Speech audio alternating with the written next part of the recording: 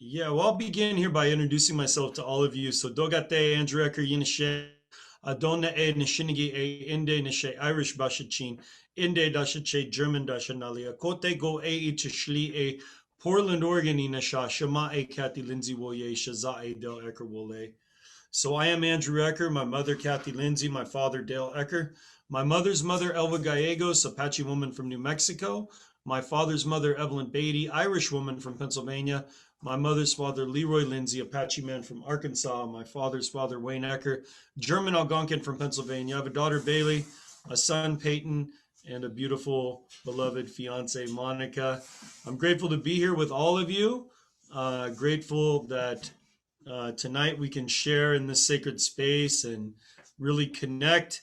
You know, it's been a pretty pound week, I think, for all of us. So many different challenges, so many different things that we're seeing in the public view. Um, you know, it's sometimes challenging to hold the place of faith, to believe that where we're going is better where we're at. And that's why tonight we're going to be talking about the sacred child and the role that the sacred child plays in Sacred Seven. And yeah, so I'll go ahead and pray us in, and then I'll hand this over to Monica to introduce herself here. And also, Thomas, give us a thumbs up if you want to introduce yourself, or if you're good. When I get done with the prayer, we'll go ahead and pass the feather around as it would be virtually. So, Father, Mother, Creator, Source, we thank you for this opportunity to be in this prayer place. We thank you that before the foundations of the earth, you gave us this place to pray, to seek your guidance, to be in the midst of your spirit. And we thank you for the air, the water, the fire, the earth, for gravity, time, and the spirit that guides us. We thank you for our moms, our dads, our grandmas, our grandpas, our aunties, our uncles, our cousins, our sons, our daughters, all our relations like that. And that in this place of connectivity, Creator, that you can be a light to our footsteps, a shield of faith to protect us from even the arrow that flies by night. That you have given us the vision and the power of faith. That you have allowed for us to walk in accordance with that will of knowing that where we're going is better than where we're at. I thank you for releasing us from the insecurities, the financial insecurities, the emotional insecurities, the insecurities that keep us in that place of fear and defensiveness. We know that our voice can change sometimes when we feel afraid, that we can speak words that are hurtful. And we thank you, Creator, for giving us the ability to see how those triggers happen, how those stimulus happens inside of us and brings us out of our place of resting in you.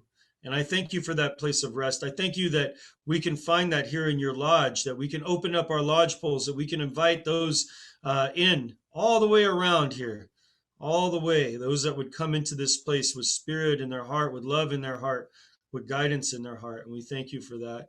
We thank you that you have made a way for us to be in relationship again with the bear, with the eagle, with the wolf, with all the holy ones, the hummingbird, Creator, the even the cardinal, and the ones that crawl on the ground, the ones that swim in the ocean, all these ones that would bring us signs and wonders, your people, your holy people, the animal people.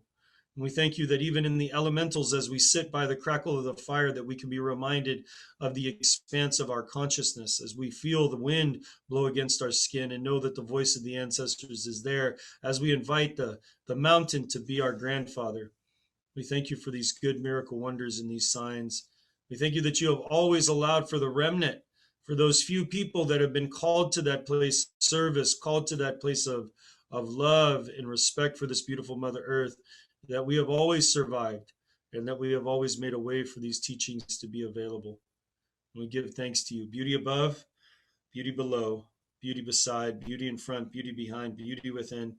I am, we are made beautiful again. Aho. And go ahead and pass that to Monica and you can introduce yourself. Wow, you're looking really beautiful tonight.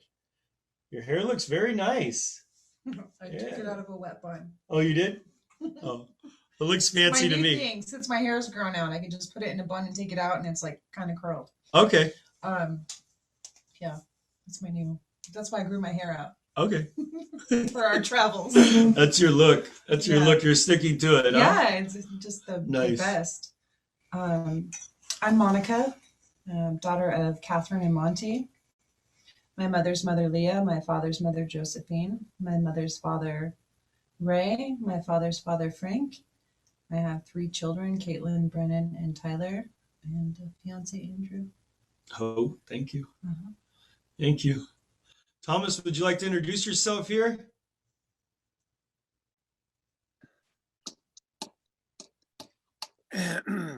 Hello. Hello, Thomas. I am Tomas Robinson. My mother, Martha McClung. My father, John Robinson. My mother's mother is Mabel Fleming McClung. And my father's mother is Mary Robinson.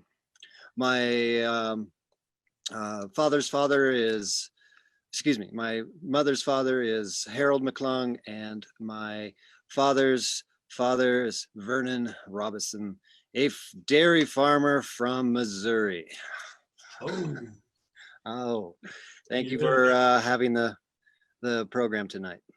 Oh, for sure. Thank you for being here. And, very grateful for you, Thomas, and also all the ones that will catch this later. And, excited to share that the community is growing, and we have several more people that have become a part of this community. And definitely chime in, on the Facebook page. And very grateful for all of you that watch these broadcasts later and connect with us any way you can. And please be sure to, connect with I think it's the button that says notification on the group so that you can be informed when we go live. But we do go live every Wednesday and every Saturday, 7 p.m. on Wednesdays and 10 a.m. on Saturdays. So the topic for tonight is the practice of the embrace of the inner child. And this is one that comes forward in us as we begin to learn the inside space, right? This is the inner place inside of our call to the direction. So we have 7 directions: above, below, inside, east, south, west, and north.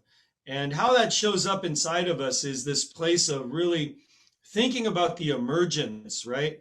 The emergence of coming into this world, coming in full of spirit, full of opportunity, full of guidance.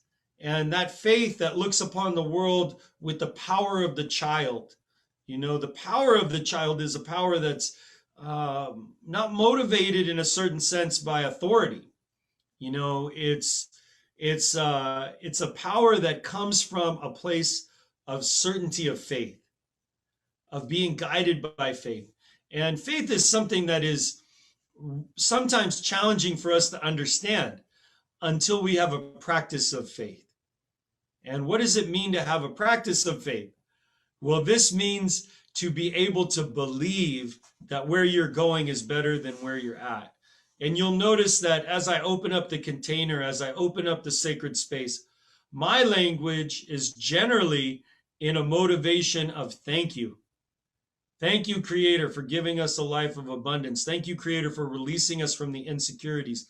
Thank you, Creator, for giving us language in our relationships that helps us live a good life.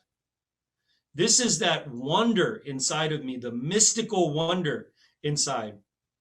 And I can share with you that mystical wonder, for most of us, there was a time when the power of that mystical child became silenced. It became atrophied in a certain sense. It was paralyzed primarily in fear. And there's so many times in my life I can give of examples of this, of really losing faith. And generally, when we're a child, we put faith in our mom and in our dad and maybe our grandmas and grandpas. And when that distortion comes in and that separation begins to find itself, primarily because of the stress that they put on themselves. Maybe they felt stressed because they didn't know how to make a bill, to pay a bill, or they didn't know how to provide for the family. So they began to put that stress onto us as children. Live up to expectations, pursue this career, go down this road, all of those things. And what happens is the inner child that full-heartedly loves those parental roles begins to be protected because the inner child is in a place where it's feeling resentment. It's feeling like, oh, that doesn't feel too It's good. like, don't do that. Do this. Mhm. You're doing this wrong. Like, very rarely is it you're doing it right. Exactly. And we learn when we come into the fullness of maturity to reactivate that part of us and to become acquainted with that part again.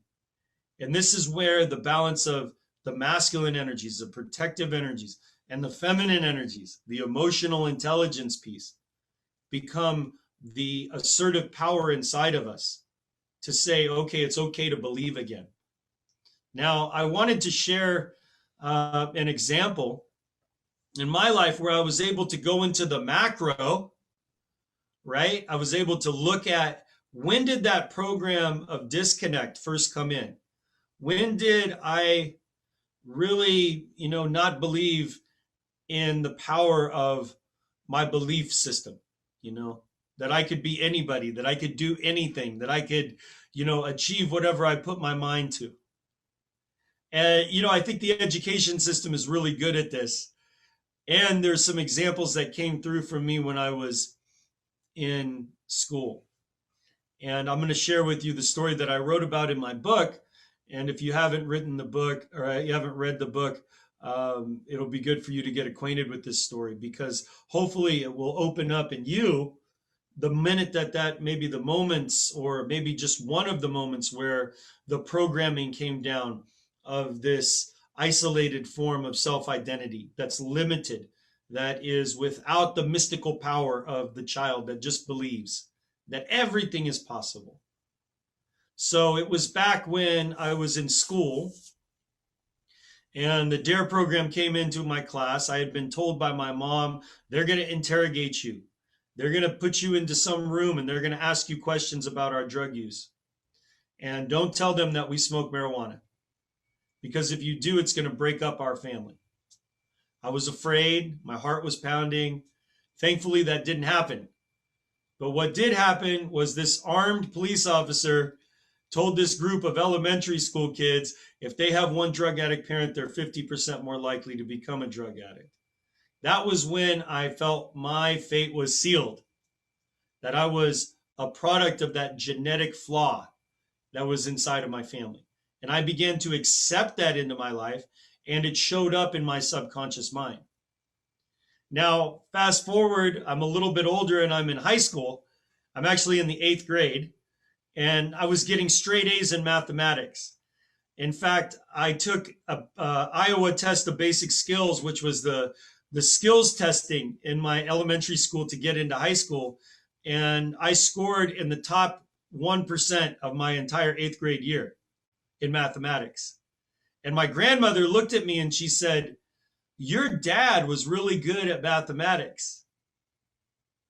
Well, that power that was inside of me, right, to believe that I was really great at mathematics, it was still associated with an idea of the attachment to the destructive force of my father.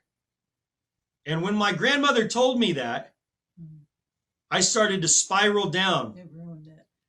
And I started to think that, oh, if I'm good at mathematics, I'm like my father. And my father was a heroin addict. So I literally went into high school at an advanced class in mathematics and graduated at the lowest level of mathematics, because I had to have 2 math credits to graduate. And I progressively went down in mathematics from that one moment that my grandmother told me that, which she was like the police officer in the DARE program, trying to help me, trying to encourage me. But I didn't have the understanding to look into the subconscious mind, to get into there and realize like how these programs were showing up in my 3D world. Right. And the other comparisons to your dad hadn't been favorable. They hadn't been ideal. So to be compared to your dad took on a certain meaning from the DARE program, and probably before that and on up. So many of them. And still to this day, these programs are a part of my relationship to Sacred Child. I am in relationship to Sacred Child. I am working through the things that I was born into, the struggles, the culture, all of it. I'm going to be in relationship with that my entire life. That relationship gets easier and better, and I'm able to manage it much more effectively and use it in my medicine. You see, it's in my bundle now. It's in my medicine pouch, and I can share it with people, and I can relate to people in a very powerful way now, as to where it was before. It was just dysfunctional. It was just, destructive. Well, and comparison is always an illusion. Always. That's just an idea in your mind versus an idea in your mind. So I know for me, with comparison, it wasn't about my dad. I've very rarely been compared to my dad uh, in ways that I didn't like, I guess. It was my mom. My mom was institutionalized when I was 4. She has psychosis, or she had psychosis and schizophrenia, and a very bad documented case of it. Like, it's in the textbooks.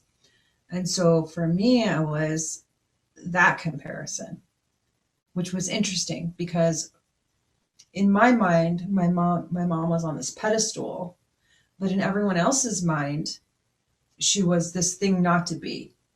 Literally, like this thing not to be. So it was, don't wear your emotion, don't wear your heart on your sleeve. They're going to eat your lunch.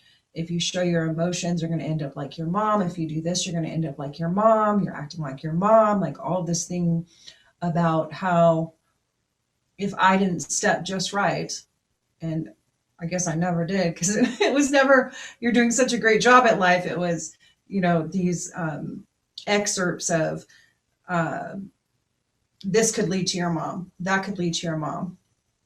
Um, Smoking weed later in life could lead to your mom. And earlier in life, it was having emotion, literally having emotions, expressing yourself in a non-violent way. Because I was a person that didn't express myself in a violent way. I didn't yell at people. I still don't usually yell at people or have those kind of tendencies. It was more of like an emotional communication. And I was told that was wrong because I could end up with psychosis or schizophrenia from literally having emotion. So these comparisons, like they really set the stage for children. They really create a drama that doesn't have to be there, that we end up living with in some form or another and being in relationship to our whole life. And so that activation of re-getting acquainted with inner child, with the inside space, is so imperative to this spiritual journey that we're all on. Mm-hmm. And how do we get to that place, of getting acquainted with this little one inside of us? We'll call that part of us, this inside space, this inner direction, right? That's been shut down by society, by, our own dysfunctional sabotage in our minds, right? How do we get to that point where we can look at that part of ourselves and say, hey, guess what? It's all right. You can live again. You can believe again. And for me, one of the practices that's been so important is art.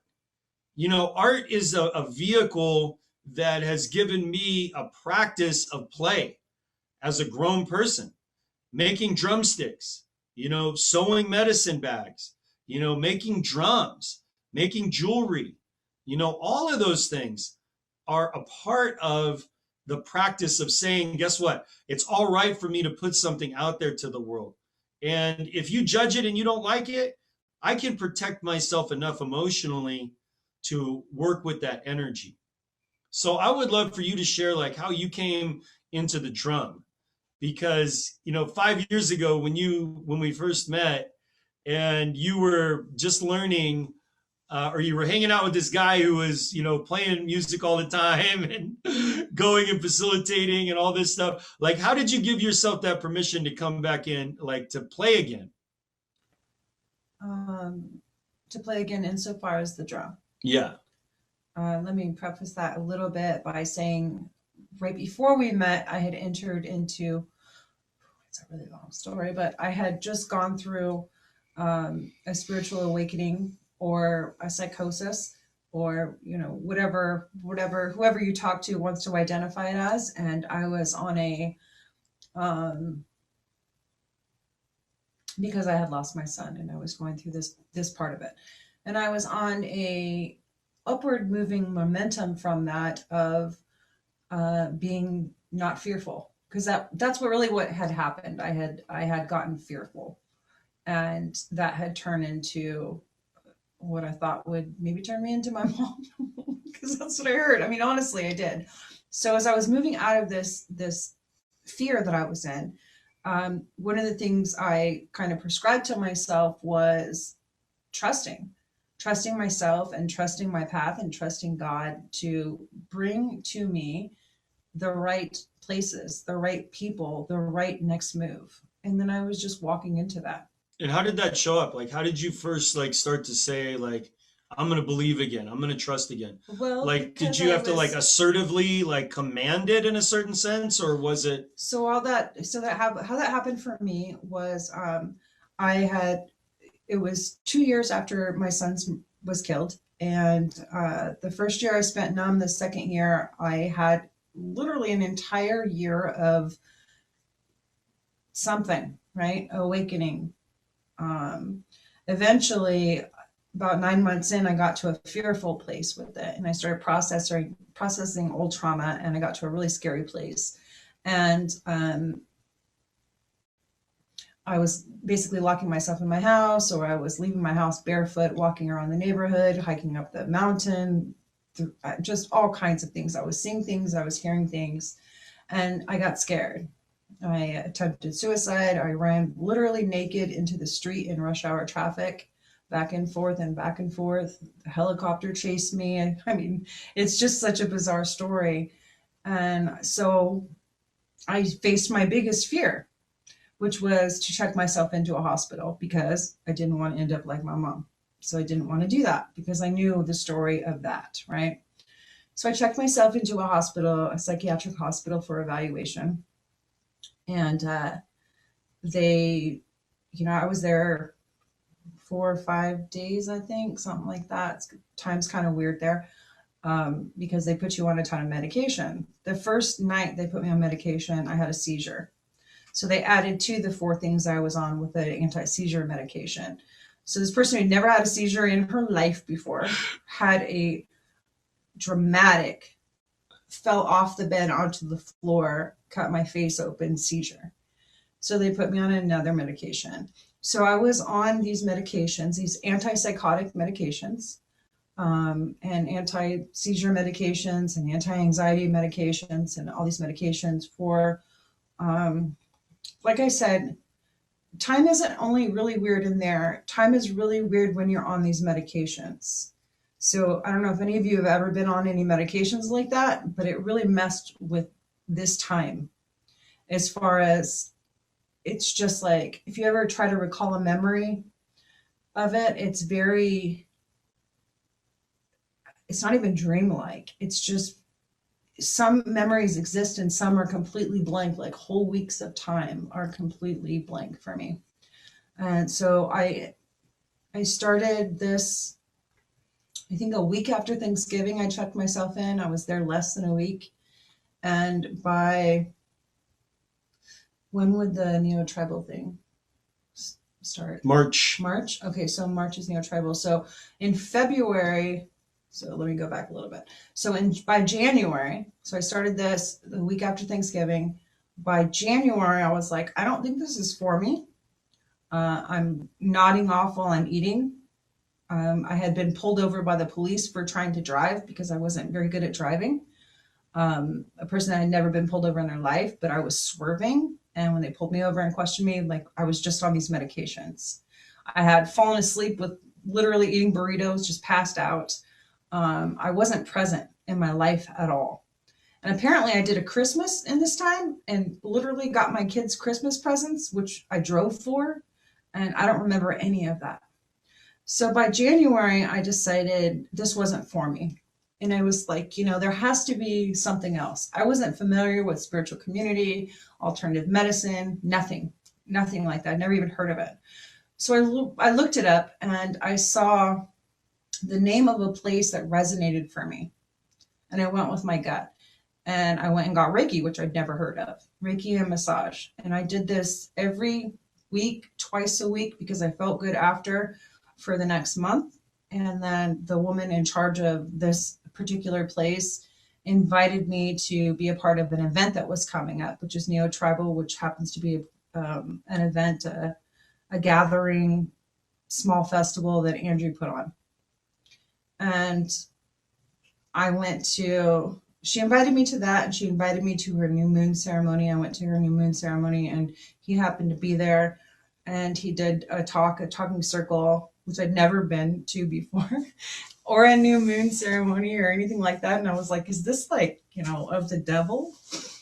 I wasn't sure what was going on. I'd never been, right? I'm like, I don't know if I should go, but I'm trusting my guidance. I'm looking for alternative healing. I'm going to go. And I remember sitting inside my car and being afraid to get out a little bit. And I was like, okay, we're letting go of this fear. You're supposed to trust. We're stepping into these new things. You're going to trust that you're guided.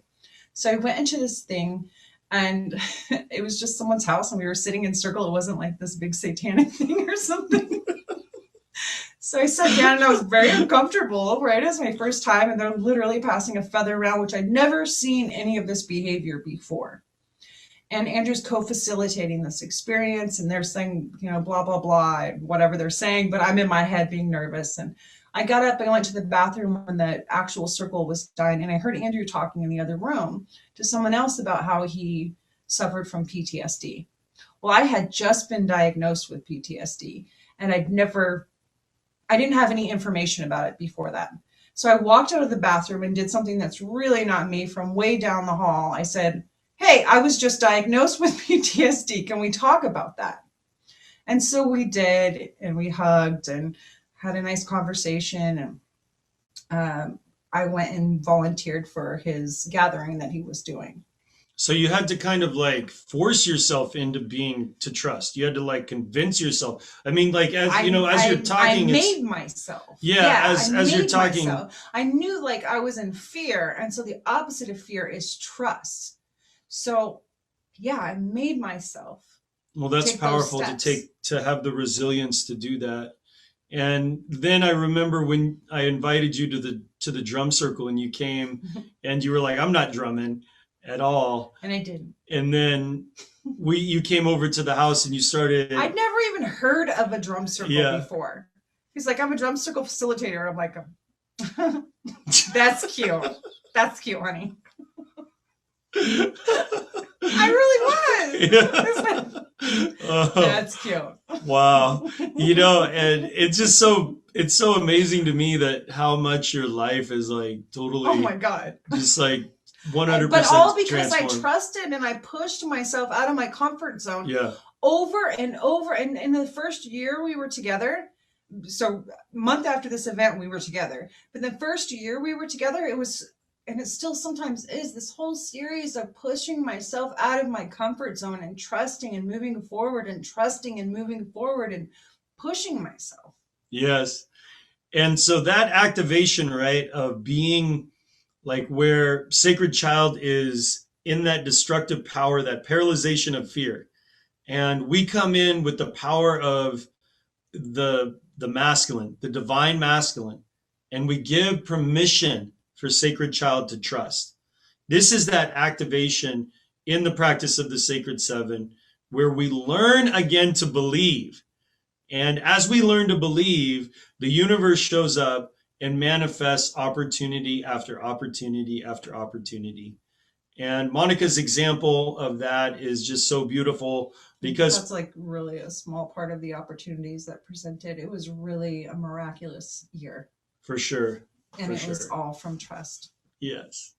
And just such a beautiful experience. And now, there's just so many places that we've been together, and our business has like blossomed and grown. And right now it's exactly 5 years since I chose to trust.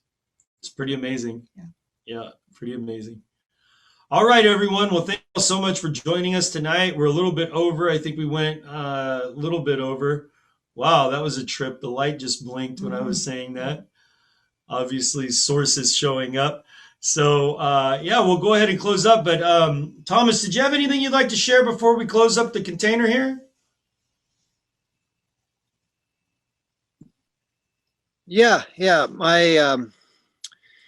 A little bit of my story is, well, I was lucky to have nature to retreat into, with, my traumas, family things. And largely I would just stack on guilt and shame onto myself and really, really beat myself up again and again and again.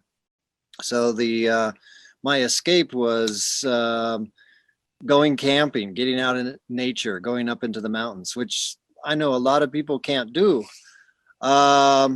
which is nice, but long term, yeah, it's that it's a big lonely factor. It's just like, well, am I going to survive the night type of thing, and finally doing the work of really examining my childhood, through visioning process and going back to those moments and, seeing with a new set of eyes, a little maturity and forgiveness, that really helped start me on that path of recovery. And, it's continuing each and every day. But I feel blessed, and these days, the magic is happening, and the learning continues, and yeah, I'm very grateful. So yeah, thank you. Oh, thank you, Thomas. That's so beautiful, man. And stay with it. I will encourage you, go back to those guided imagery meditations and just really, hit them every once in a while. Like just go off and find a quiet place and play that inner child guided imagery meditation, and go back and visit that part of you. It's very nice, to be able to connect like that and rekindle that, and even do the journey work on your own. Get your drum and just play that drum and allow yourself to go back to those programs. Guilt and shame are programs that come in. And if we can go back to the moment that we allowed for that to happen, we can uninstall the program, or at least reframe, right, the programming to help us and serve us in a good way. So true. So, blame, shame, and guilt are a lie. yes, for sure.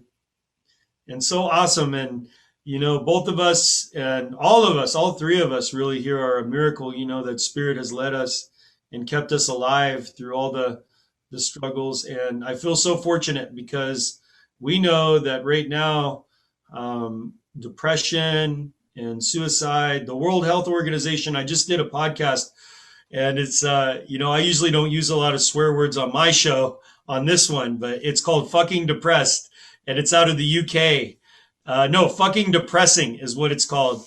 And it was amazing. This guy is like Scottish, and just really, he just comes at it with a whole different view. And they invited us to be to be a podcast guest, and it was really good. And he mentioned that the World Health Organization has stated that depression will be the most costly disease out of all the diseases. I don't know how they've got to that, but he said that cancer. Yeah, I feel like that's what he said. He said, in this is, his statistic, I think, was prior to the pandemic, of course, but he said that it's like 2025, it's expected to be the most costly disease in the world. Wow. Depression.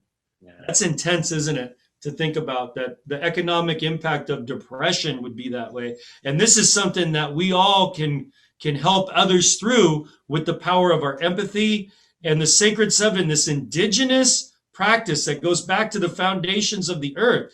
This is why communities built people upon the Sacred Seven. Because if you can create that foundation for yourself, there's limitless potential inside of, the opportunity that you can create for who you are.